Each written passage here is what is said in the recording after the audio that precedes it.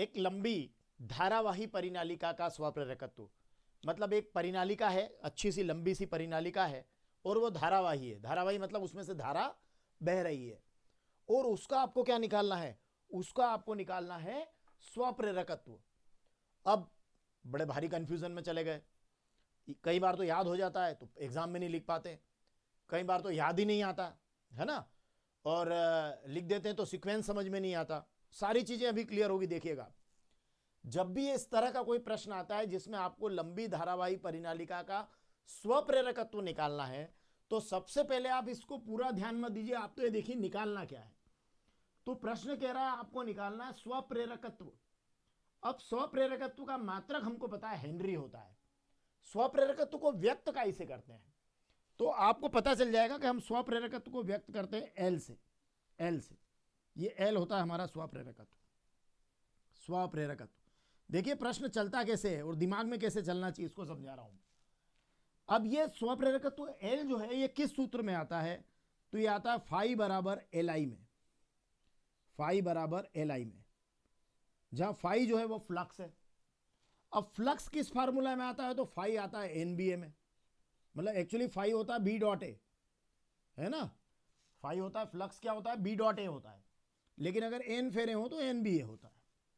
अब यहां से ये हो रहा है कि बी का आई में आता है, तो बी का फार्मूला है म्यू नॉट एन आई बटे एल या म्यू जीरो एन आई बटे एल। अगर ये सीक्वेंस आपको याद है तो ये प्रश्न खत्म हो गया। लेकिन ये याद नीचे से ही होगी क्योंकि स्वप्रेरकत्व तो निकालना एल, तो एल कैसे निकलेगा, एल कैसे निकलेगा, तो एल एल स्वप्रेरकत्व निकालना है, तो phi is equal to L I में एल आता है, तो फाई निकालना है। फाई कैसे निकलता है, एनबीए से। अब बी कैसे निकलता है, तो म्यू नॉट एन आई अपन एल। तो आपको कुल मिलाकर ये वाला याद रखना है, और अगर ये याद है तो आप थ्योरी भी कर पाएंगे। अब देखिए कैसे, और अच्छे से क्लियर कर दूंगा मैं। देखिए आप थ्योरी भी कैसे कर पाएंगे, कि अगर आपने ये वाला फार्मूला यहां लिख दिया, देखिए मैं लिख रहा हूं आपको, बी बराबर ये लिख दिया मैंने बीचों बीच में म्यू नॉट एन आई बटे एल, ठीक, और ये इक्वेशन नंबर 1 भी डाल दी जो आपको याद थी। अब यहां से आप क्या करना है, एक परिनालिका सिलेक्ट करो। ये परिनालिका ले लिया आपने, ये परिनालिका बहुत सारे फेरे, खूब सारे फेरे, खूब सारे फेरे, खूब सारा फेरे, खूब लंबी बनाओ। अब देखिए इसमें कितने फेरे ले लिए, तो आप बोलना एन फेरे हैं। कितने फेरे हैं, एन फेरे हैं, है ना। ये परिनालिका ये एन फेरे, ये एन निपट गया, एन फेरे। बहने वाली धारा आई हो गई, ये इसी से कर रहे हैं सूत्र से। परिनालिका की लंबाई एल, ये एल यहां बना दिया, ये एल हो गया, और इसमें वायु क्रोड है, ये म्यू नॉट मतलब वायु क्रोड है। तो इतनी सारी आप थ्योरी में लिख देंगे और वो इस सूत्र से ही बन गई। एक लंबी धारावाही परिनालिका यहां से नकल कर दीजिएगा, है ना। परिनालिका में, चलिए थ्योरी भी लिख देता हूं बहुत सिंपल जल्दी से। परिनालिका में एन फेरे हैं, है ना, आई धारा बह रही है, आई धारा बह रही है, और क्या हो रहा है परिनालिका में, एल लंबाई है, लंबाई एल है, ये एल लंबाई भी हो गई, एन फेरे हो गए, आई धारा एल लंबाई है, वायु क्रोड है, ये वायु क्रोड हो गया, ठीक। तो परिनालिका के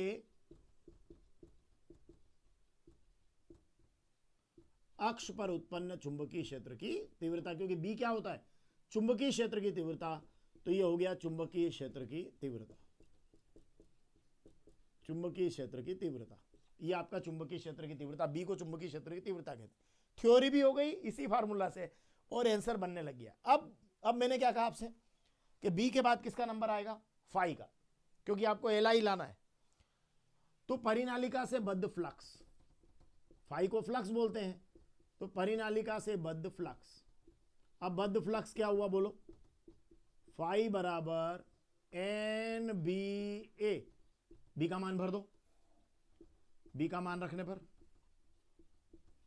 ये देखिए फाई की भी जरूरत पड़ रही है आपको, तो ये फाई एन, और ये बी का मान आपने रखा म्यू नॉट एन आई बटे एल, और इनटू हो गया बटे एल, और ये हो गया इनटू ए, हो गया।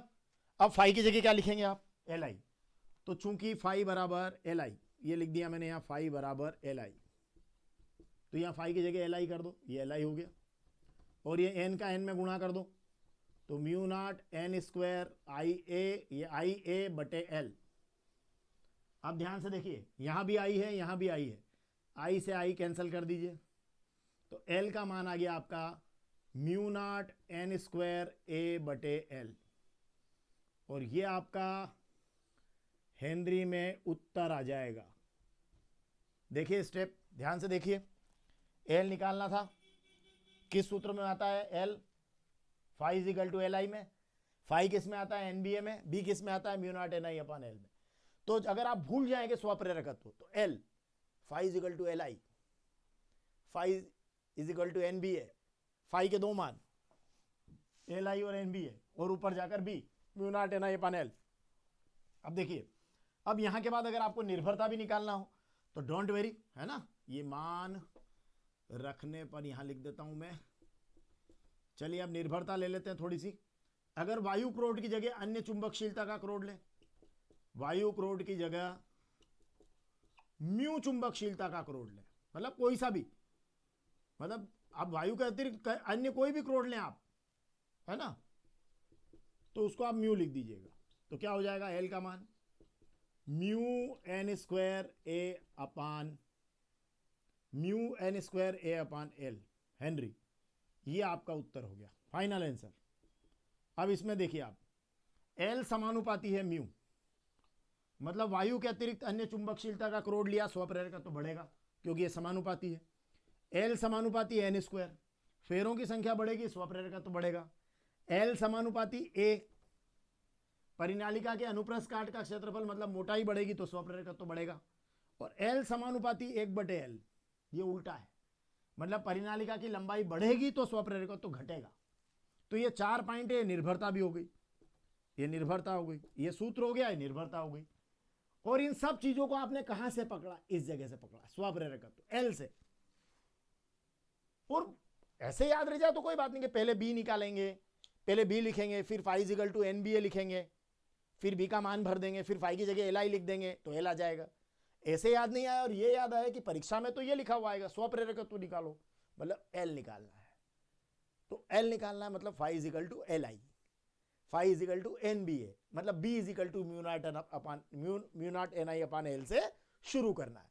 तो इस टेक्निक से अगर आप चलेंगे तो 4 नंबर का आपका एक जंबो शानदार वाला क्वेश्चन एग्जाम के पॉइंट ऑफ व्यू से रेडी हो जाएगा। एनसीईआरटी की बुक में दिया हुआ है, इसी तरीके से दिया हुआ है और इसी तरीके से आपको एग्जाम में सॉल्व करना है। कोई सा भी बोर्ड हो, कोई सा भी बोर्ड हो, आपको पूरे मार्क्स इसमें मिलेंगे। Thank you.